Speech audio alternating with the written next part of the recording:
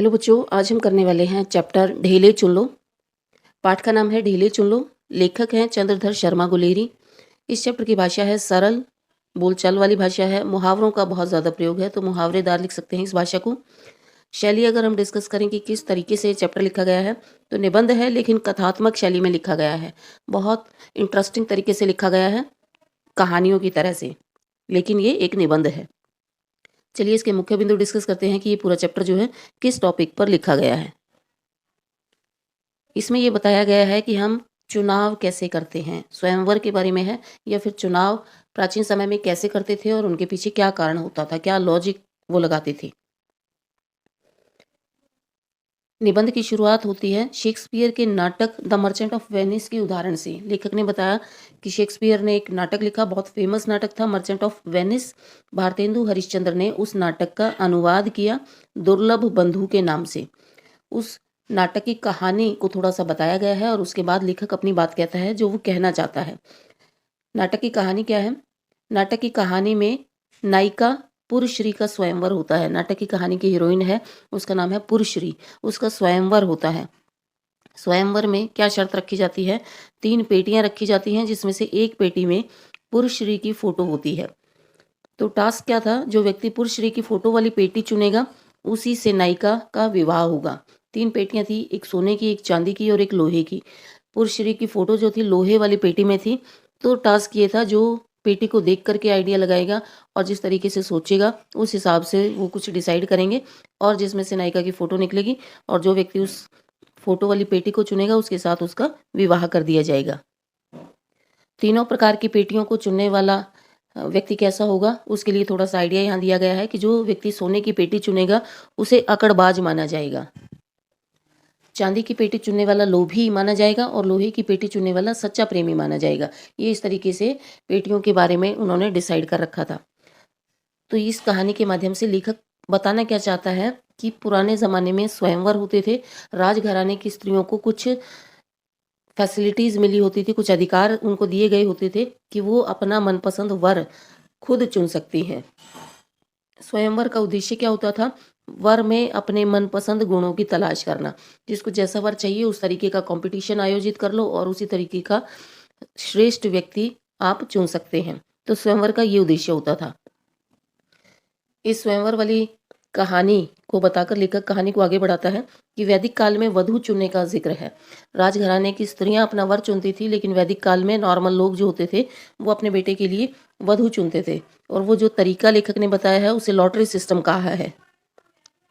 इस lottery system को लेखक ने बताया है कि व्यक्ति अपने पुत्र के लिए जब वधु देखने जाता था तो अपने साथ कुछ मिट्टी के ढेले ले जाता था। वो ढेले कई जगह से इकट्ठे किए होते थे, जैसे यज्ञ की मिट्टी का ढेला हो सकता है, गौशाला, खेत, शमशान, कई जगहों के ढेले वो हो सकते थे। फिर उन ढेलों को लड़की के सामने रख दिया जाता था और लड़की जैसे भी ढेले को हाथ लगाएगी उसी के अनुसार परिणाम सोच लिया जाता था। जिस जगह की मिट्टी को हाथ लगाया है उस लड़की से जन्म लेने वाला पुत्र या उसकी संतान भी वैसी ही होगी। जैसे किसी लड़की ने यदि यज्ञ की मिट्टी को हाथ लगाया है तो लड़की का पुत्र जो है विद्वान पैदा होगा। गौशाला की मिट्टी को हाथ लगाया है तो पशुपालक होगा। खेत की मिट्टी को हाथ लगाया है तो जमींदार होगा। और शमशान की मिट्टी को अगर हाथ लगाया है तो कुल का नाश करने वाला होगा। ऐसा नहीं था कि अगर किसी लड़की ने शमशान की मिट्टी को हाथ लगा दिया है तो उस लड़की का कभी भी विवाह नहीं होगा।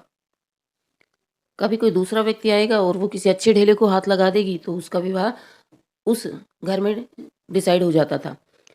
तो ये तरीका बताया है। इस तरीके को लेखक ने लॉटरी सिस्टम कहा है। जैसे लॉटरी में किस्मत खुल भी सकती है और बाजी पलट भी सकती है। हम अपने सारे पैसे हार भी सकते हैं और ढेर सारे पैसे जीत भी सकते हैं। इसमें कोई लॉजिक नहीं होता। ठीक इसी प्रकार ये ढेलों वाला सिस्टम लॉजिक के बिना होता था वैदिक काल में, ऐसा लेखक का कहना है। लेखक ये मानता है, आगे लेखक का प्रश्न है कि मिट्टी के ढेलों पर हम कैसे विश्वास कर सकते हैं और उन पर विश्वास करके कैसे जीवन साथी का चुनाव कर सकते हैं।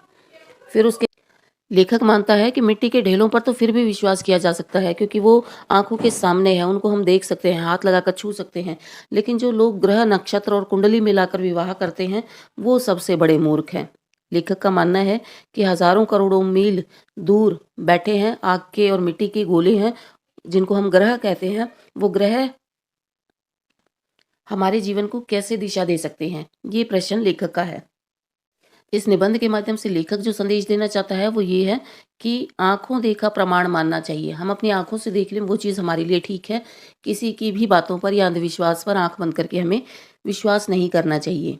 अपनी बातों को प्रूव करने के लिए वो कुछ उदाहरण देता है निबंध के एंड में, जैसे आज का कबूतर अच्छा है कल के मोर से, आज का पैसा अच्छा है कल की मोहर से। यानी आज वर्तमान में जो कुछ हमारे पास है उससे हमें भविष्य में कुछ और बड़ा मिलेगा, ये सोच करके इस लालच में नहीं छोड़ देना चाहिए, क्योंकि आज का पैसा अच्छा है कल की मोहर से। आज जो कुछ मिल रहा है वो हमारी आंखों के सामने है, वो वर्तमान में हमारे सामने है, उस पर हमें विश्वास कर लेना चाहिए बजाय भविष्य की किसी भी भविष्यवाणी पर। इसके बाद लेखक एक और उदाहरण देता है कबीरदास द्वारा लिखा हुआ एक दोहा है, पत्थर पूजे हरि मिले तो मैं पूजूं पहाड़, दाते तो चाकी भली पीस खाए संसार। कि अगर पत्थर की पूजा करने से ईश्वर मिलते हैं तो मैं उस पहाड़ को ही पूजने लगूंगा जिस पहाड़ में से काट करके वो पत्थर की मूर्ति बनाई गई है। इससे तो ये अच्छा है कि एक चक्की बना दी जाए उस पत्थर में से, जिससे लोग अनाज पीस करके अपना पेट भर सके। लेखक ने जो दोहा इस कहानी में, इस निबंध में शामिल किया है, उसके पीछे उसका उद्देश्य केवल इतना है कि मनुष्य को तार्किक रूप से सोचना चाहिए, लॉजिकल सोचना चाहिए। किसी की कही सुनी बातों पर आंख बंद करके वैसे ही विश्वास नहीं कर लेना चाहिए, क्योंकि लोगों का, बहुत सारे लोग ऐसे हैं उनका काम है दूसरे लोगों को मूर्ख बना करके अपनी जेबें गर्म करना। ये थे इस चैप्टर ढेले चुन लो के कुछ मेन पॉइंट्स जिनके आधार पर ये निबंध लिखा गया है। तो चलिए देखते हैं इसके प्रश्न उत्तरों में और ज़्यादा डिटेल में ये चैप्टर जो है आपको क्लियर हो जाएगा।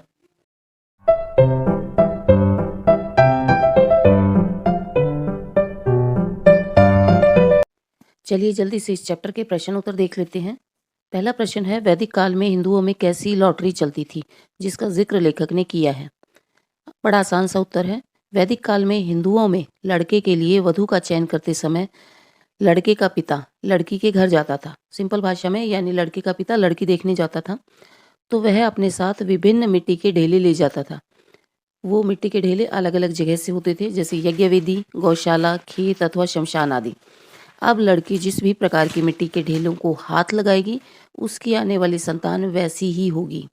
जैसे यज्ञ की मिट्टी को हाथ लगाया तो लड़की विद्वान पुत्र को जन्म देगी, खेत की मिट्टी को हाथ लगाया तो लड़की जमींदार को जन्म देगी, और गौशाला की मिट्टी को हाथ लगाया तो लड़की पशुपालक पुत्र को जन्म देगी। जिसने शमशान की मिट्टी का चयन किया है वह वधू घर में आते ही कुल का नाश कर देगी। इस प्रकार लड़कियों का चुनाव होता था विवाह के लिए। अगला प्रश्न देखते हैं, जीवन साथी का चुनाव मिट्टी के ढेलों पर छोड़ने के कौन से फल प्राप्त होते हैं। उत्तर देखते हैं, जीवन साथी का चुनाव यदि मिट्टी के ढेलों पर छोड़ दिया जाए तो हम बहुत अच्छे जीवन की कल्पना नहीं कर सकते।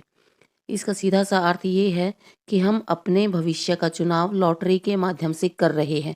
ये एक प्रकार की लॉटरी है। लॉटरी में ज़रूरी नहीं कि हम जीत जाएं, हम बुरी तरह हार भी सकते हैं। इस तरीके से जीवन साथी का चुनाव पूरे जीवन को नष्ट भी कर सकता है। ज़रूरी नहीं कि आंख बंद करके हमने जिसका चुनाव किया है वो उम्र भर हमारे साथ सामंजस्य बिठाकर रहेगा। इसलिए ये एक महत्वपूर्ण विषय है और लेखक के अनुसार हमें प्रैक्टिकली यानी व्यावहारिक रूप से सोचना चाहिए। अगला प्रश्न देखते हैं, मिट्टी के ढेलों के संदर्भ में कबीर की साखी की व्याख्या कीजिए। इस चैप्टर में एंड में कबीर की एक साखी दी गई है तो उसका कनेक्शन बताना है कि इस चैप्टर से कैसे हम बिठा सकते हैं। वो साखी क्या है, पत्थर पूजे हरि मिले तो तू पूज पहाड़, इससे तो चक्की भली पीस खाए संसार। आंसर देखते हैं, लेखक का मानना है कि हमें अंधविश्वास की जगह प्रत्यक्ष प्रमाण को मानना चाहिए। कबीरदास के अनुसार यदि पत्थर की पूजा करने से ईश्वर मिल सकते हैं तो लोग पहाड़ को क्यों नहीं पूजते। पत्थर का सर्वोत्तम उपयोग तो चक्की हो सकता है जिससे संसार अपना पेट भर सकता है। इसलिए व्यक्ति को जो है अंधविश्वास छोड़कर तार्किक रूप से सोचना चाहिए, यानी वैज्ञानिक रूप से सोचना चाहिए। चलिए लास्ट क्वेश्चन देखते हैं। एनसीईआरटी में 2 आपके व्याख्या के लिए छोटी छोटी पंक्तियां दी गई हैं तो मैंने एक उठाई है, दूसरी भी बिल्कुल इसी तरीके की है, आप लिख सकते हैं। तो ये मुझे इंपॉर्टेंट लगी इसलिए इसको चुना मैंने। आज का कबूतर अच्छा है कल के मोर से, आज का पैसा अच्छा है कल की मोहर से, आंखों देखा ढेला अच्छा ही होना चाहिए लाखों कोस के तेज पिंड से। आशय स्पष्ट कीजिए। आंसर देखते हैं। इन पंक्तियों में लेखक कहना चाहता है कि वर्तमान में जिस चीज़ को हम अपनी आंखों के सामने देख रहे हैं, केवल वही सच्चाई है। हमें उसी पर विश्वास करना चाहिए। भविष्य के अंधविश्वासों के चक्कर में नहीं पड़ना चाहिए। धरती से लाखों कोस दूर ग्रह धरती पर रहने वाले लोगों के जीवन को प्रभावित नहीं कर सकते। यानी जैसा लाइनों में शुरू में बताया, आज का कबूतर अच्छा है कल के मोर से। मान लो कोई हमें आज कबूतर दे रहा है और हम उसको छोड़ दें कि कल वो हमें मोर दे देगा, तो इस बात की कोई गारंटी नहीं है कि जो वो कह रहा है वो सही होगा। इसको हम बिल्कुल सरल तरीके से समझें तो ये इस तरीके से इसका अर्थ निकाल सकते हैं। यानी आज हमें जो मिल रहा है या वर्तमान में जो हमारे पास है, उसको हम अपनी मूर्खता से छोड़ दें और भविष्य में हमें कुछ ना मिले। तो ऐसी सिचुएशन में हमें अपने दिमाग से, अपने विवेक से सोचना है और अंधविश्वास के चक्कर में नहीं पड़ना, क्योंकि लाखों करोड़ों मील दूर जो ग्रह हैं वो धरती पर रहने वाले लोगों के जीवन को कैसे प्रभावित कर सकते हैं। अगला प्रश्न देखते हैं। दुर्लभ बंधु की पेटियों की कथा लिखिए। कहानी की शुरुआत में ही, निबंध के शुरुआत में ही दुर्लभ बंधुओं की पेटियों वाली कथा है। दुर्लभ बंधु एक नाटक है, अनुवादित नाटक है बेसिकली, जिसका अनुवाद भारतेंदु हरिश्चंद्र ने किया है। मूल नाटक जो है शेक्सपियर का द मर्चेंट ऑफ वेनिस है। दुर्लभ बंधु की नायिका पुरश्री का स्वयंवर होता है। प्रतियोगिता के लिए 3 पेटियां मंगाई जाती हैं। ये पेटियां सोने, चांदी और लोहे की बनी होती हैं। सोने की पेटी को चुनने वाला अकड़बाज, चांदी की पेटी को चुनने वाला लालची और लोहे की पेटी को छूने वाला नायक माना जाता है। और अंत में पुरश्री का विवाह उसी से होता है। ये प्रश्न भी व्याख्या जैसा है, आशय स्पष्ट करने वाला है। अपनी आंखों से जगह देखकर अपने हाथ से चुने हुए मिट्टी के डगलों पर भरोसा करना क्यों बुरा है, और लाखों करोड़ों कोस दूर बैठे बड़े बड़े मिट्टी और आग के ढेरों, मंगल, शनिश्चर, बृहस्पति की कल्पित चाल के कल्पित हिसाब का भरोसा करना क्यों अच्छा है। इन लाइनों में हमें ये बताना है कि मिट्टी के ढेले तो फिर भी अच्छे हैं क्योंकि उनको हम हाथ से छू पा रहे हैं, आंखों से देख पा रहे हैं, लेकिन लाखों करोड़ों मील जो ग्रह बैठे हैं वो कैसे हमारे जीवन को प्रभावित करते हैं, लोग उन पर विश्वास क्यों करते हैं। चलिए आंसर देखते हैं सरल भाषा में।